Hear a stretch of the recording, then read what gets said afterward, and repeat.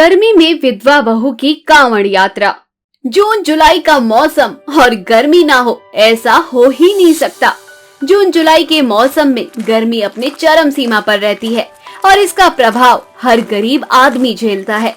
यही गर्मी अनीता अपने पति 6 साल के बेटे प्रेम और अपनी सास आशा के साथ झेल रही थी।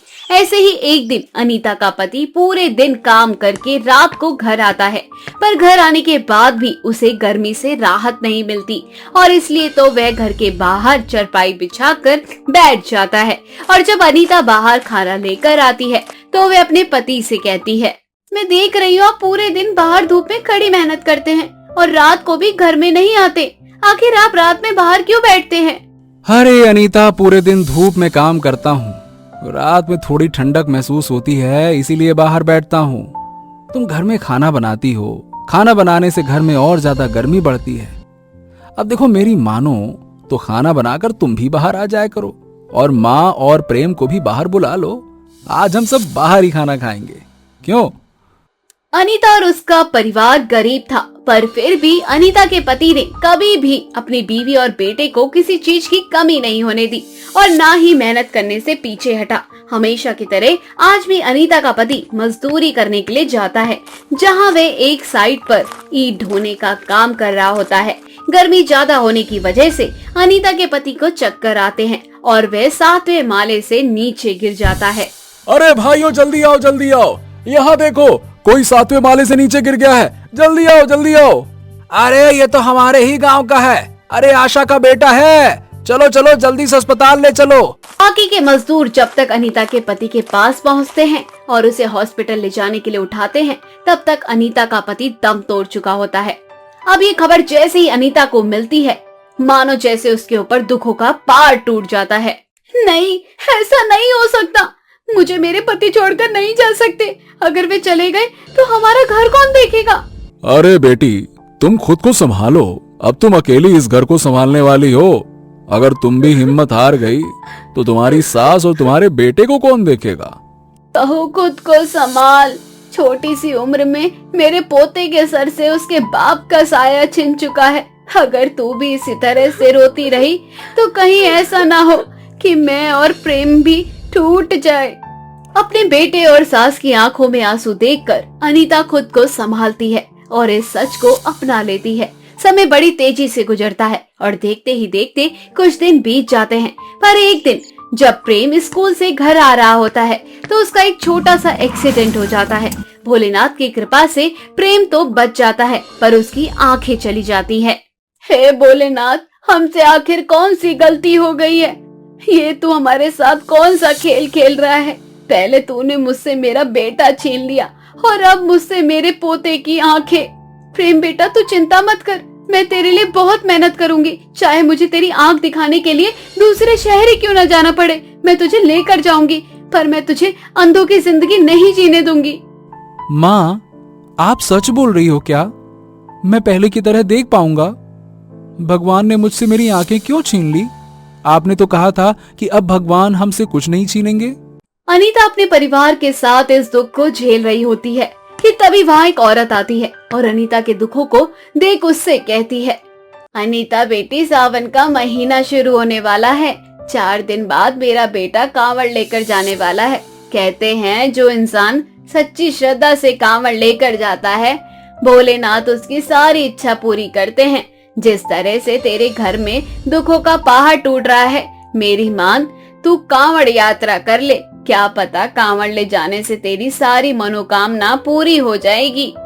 अम्मा जी, अगर ये सच है तो मैं भोलेनाथ को प्रसन्न करूंगी और मैं भी इस तपती गर्मी में नंगे पैर कांवड़ यात्रा करूंगी।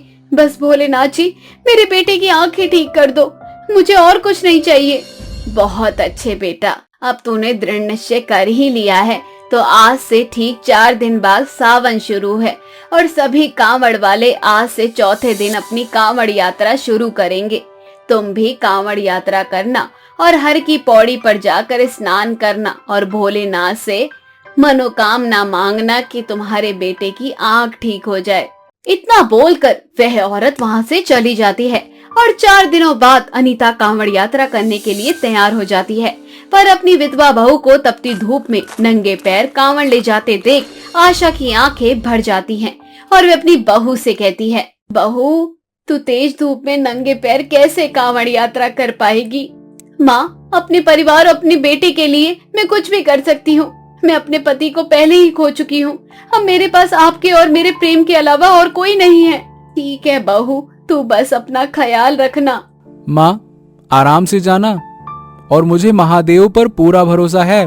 देखना, जब आप कावड़ यात्रा करके गंगा जल लेकर आओगे ना, तब तक मेरी आंखें पहले की तरह ठीक हो जाएंगी। अनीता की तरह प्रेम को भी भोलेनाथ पर पूरा विश्वास था कि वे सब कुछ ठीक कर देंगे। अनीता भोले भंडारी का नाम लेते हुए अपनी पैदल यात्रा शुरू कर देती है। बम बम बोले, बम बम बोले, बम बम बोले।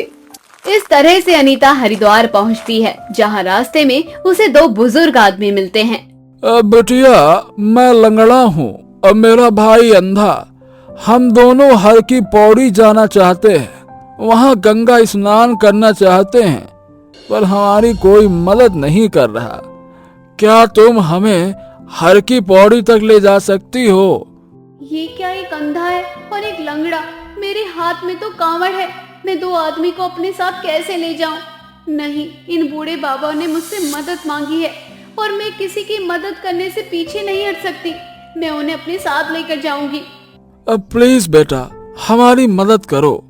मेरे भाई को सहारा दे दो, वो चल नहीं सकता और मैं तो अंधा हूँ। मैं अपने भाई का हाथ पकड़ लूंगा। अरे बेटा, बस थोड़ी ही दूर तो जाना है। हाँ बाबा, क्यों नहीं, मैं आपकी सहायता जरूर करूंगी। आप दोनों ही मेरा सहारा लेकर चलिए। अनीता के हाथ में कांवड़ था, पर फिर भी अनीता उन दोनों बुजुर्गों को अपने साथ हर की पौड़ी तक ले जाती है और उन्हें स्नान करवाती है, जिसके बाद वे दोनों बुजुर्ग। बेटी, तुम बहुत ही अच्छी हो, बहुत साफ दिल की हो। मैं तुम्हें आशीर्वाद देता हूँ। तुम्हारा अंधा बेटा जल्द ही ठीक हो जाए और तुम्हारे घर की सारी मुसीबत खत्म हो जाए। आशीर्वाद है बेटा, आशीर्वाद। मुझे इसी आशीर्वाद की आवश्यकता थी बाबा। इतना बोलकर वे दोनों वहाँ से चले जाते हैं, पर तभी अनीता को याद आता है कि उसने अपने अंधे बेटे के बारे में किसी को नहीं बताया, तो उन्हें इस बारे में कैसे पता चला। अब अनीता जल्दी से गंगा स्नान करके गंगा अपनी कांवड़ में भरती है और घर जाती है। जब अनीता घर जाती है तो वे देखती है कि उसके बेटे की आंखें ठीक हो गई। माँ देखो, मैं देख सकता हूँ। माँ देखो, मैं पहले की तरह बिल्कुल ठीक हो गया हूँ। माँ ये सब भोलेनाथ का चमत्कार है। माँ, सब देख सकता हूँ मैं।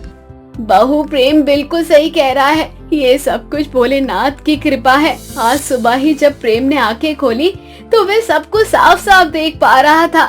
क्या आज सुबह? इसका मतलब मैंने जो अंधे और लंगड़े बुजुर्ग को नहलाया और जिन्होंने मुझे ये आशीर्वाद दिया, वे कोई और नहीं, वे महादेव थे। महादेव, ये आपकी कैसी लीला है? आपने मुझे अपने दर्शन दिए और मैं आपको पहचान भी ना सकी। सच में भोलेनाथ, आपकी महिमा अपरंपार है। इस तरह से स्वयं भोलेनाथ आकर अनीता के सारे दुखों को हर लेते हैं और उसके बेटे की आंखें ठीक कर देते हैं। सच में भगवान पर विश्वास रखने वालों की कभी हार नहीं होती। भगवान सदैव ही अपने भक्तों के साथ रहता है। बस भगवान अपने भक्तों की कड़ी परीक्षा लेता है। बड़े से गांव में विनोद अपनी बीवी दीपिका और बेटी काजल, निहारिका और सोनी के साथ रहा करता था। विनोद काफी गरीब था और वो अपना दिनचर्या चलाने के लिए मंदिर में दुर्गा माँ की सेवा करता। ऐसे ही एक दिन गांव का सेठ मंदिर में आता है और बहुत सारे खजाने देवी माँ को अर्पित करता है। देवी माँ, मुझे ये धन दौलत नहीं चाहिए, मुझे अपने जीवन का मोक्ष चाहिए, इसलिए मैं अपनी सारी जमा पूंजी तुम्हें अर्पित करके जा रहा हूँ। और विनोद, तुम्हें इस खजाने की सेवा करनी है ताकि कोई भी चोर या डाकू इसे अपने फायदे के लिए इस्तेमाल न कर सके। मैं चाहता हूँ गांव में कभी मुसीबत पड़े तो यह खजाना उनके काम आए, क्योंकि अब मैं कभी गांव नहीं लौटूंगा। सेठ जी, आपके बारे में जितना सुना था आप उससे भी ज्यादा दयालु निकले। मैं अपनी जान से भी ज्यादा सुरक्षित करूंगा इन खजानों को। सेठ अपनी सारी जमा पूंजी मंदिर में दुर्गा माँ को अर्पित करके चला जाता है और विनोद दिन रात उस खजाने की रखवाली करता है। ऐसे ही कुछ दिन बीत जाते हैं और गांव का एक चोर जिसका नाम मंगल था, उसे इस बात की खबर हो जाती है कि मंदिर में बहुत सारा खजाना रखा है। फिर क्या था, मंगल अपने कुछ साथियों के साथ रात में मंदिर का खजाना लूटने के लिए आता है पर अकेले ही विनोद मंगल और उसके गुंडों का सामना करता है। हो ना हो तुम मंगल हो, इस गांव में जितनी भी आज तक चोरी और डकैती हुई है सब तुमने ही की है। तुम्हें क्या लगता है तुम अपना और अपने साथियों का मुंह छिपाकर मंदिर का खजाना लूट लोगे? मेरे होते हुए मैं तुम्हें ऐसा कभी नहीं करने दूंगा। अच्छा, तो तूने मुझे पहचान लिया और तू हमें ये खजाना नहीं लूटने देगा? तो ठीक है, तुझे मरना पड़ेगा। भले ही तुझे मारकर हम ये खजाना लूटें, पर ये खजाना हम लूट कर ही रहेंगे। अब मंगल अपने साथियों के साथ मिलकर विनोद की जान ले लेता है और सारा खजाना लूट कर चला जाता है। विनोद के मरने के बाद दीपिका अपनी तीनों बेटियों के साथ लाचार हो जाती है। अब इसी तरह से कुछ दिन बीत जाते हैं और एक दिन दीपिका की तीनों बेटियां स्कूल से रोती हुई घर आती हैं।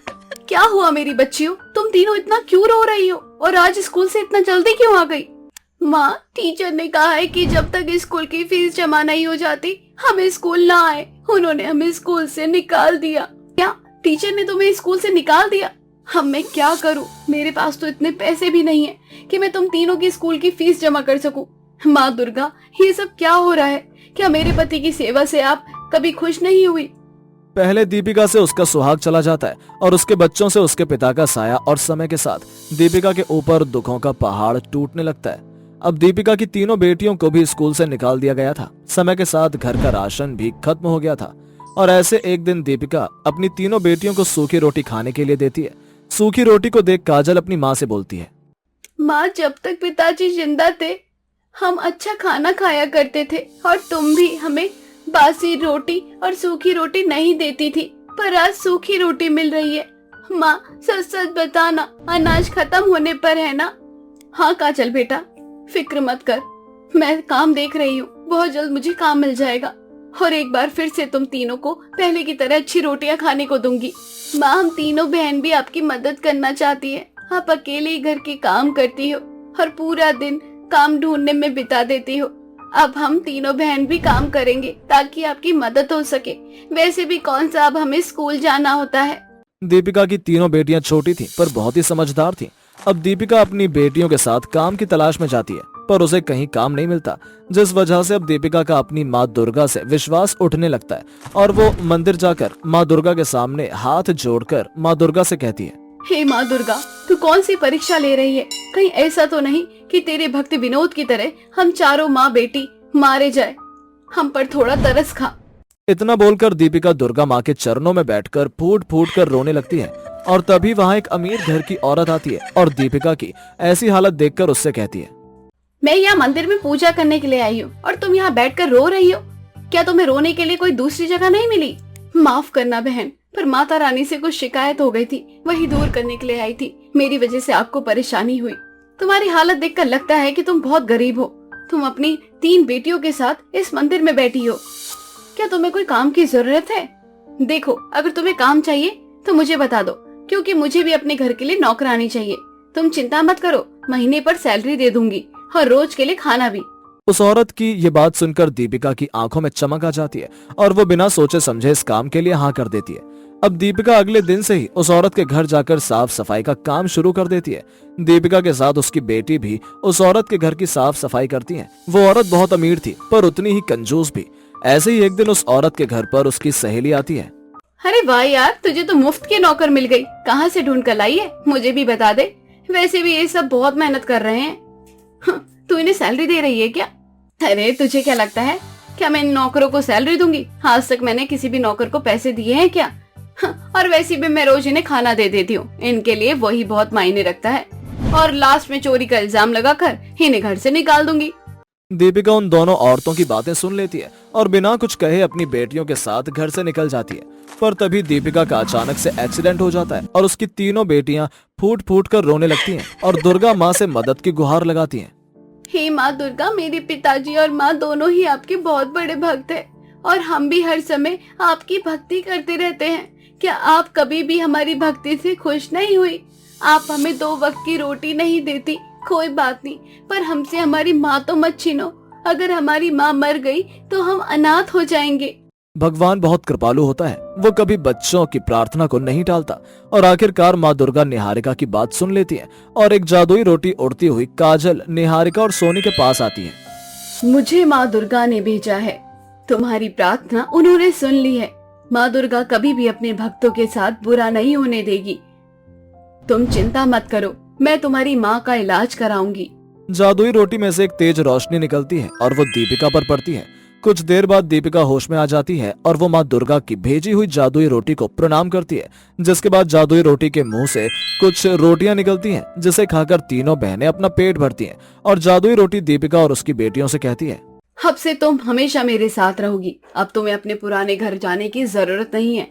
तुम मेरे साथ मेरे घर रहोगी और मैं तुम्हें रोटी बना कर दूंगी और तुम रोटी हमेशा बेचने का काम करोगी और ये रोटी सिर्फ तुम 2 रुपए में बेचोगी और ये रोटी खाकर सब अपना पेट भर पाएंगे और इस जादुई रोटी को खाने से इंसान की सारी बीमारियां खत्म हो जाएंगी। अब जादुई रोटी दीपिका और उसकी बेटियों के लिए रोटियों से बना एक घर बना देती है। कुछ देर बाद जादुई रोटी और कुछ जादुई रोटी प्रकट करती है, जिसे बाजार में ले जाकर दीपिका बेच देती है और सच में जो भी बीमार आदमी उस जादुई रोटी का सेवन करता है उसकी बीमारी पल भर में दूर हो जाती है, जिस वजह से दीपिका का काम चल पड़ता है और हर कोई अब उसी से रोटी खरीदता और दीपिका गरीब और भूखे लोगों को 2 रुपए में रोटियां देती और पेट भर खाना देती। इस तरह से दुर्गा माँ अपनी जादुई रोटी को बेचकर दीपिका की मदद करती और दीपिका की जिंदगी में खुशियां भर देती है।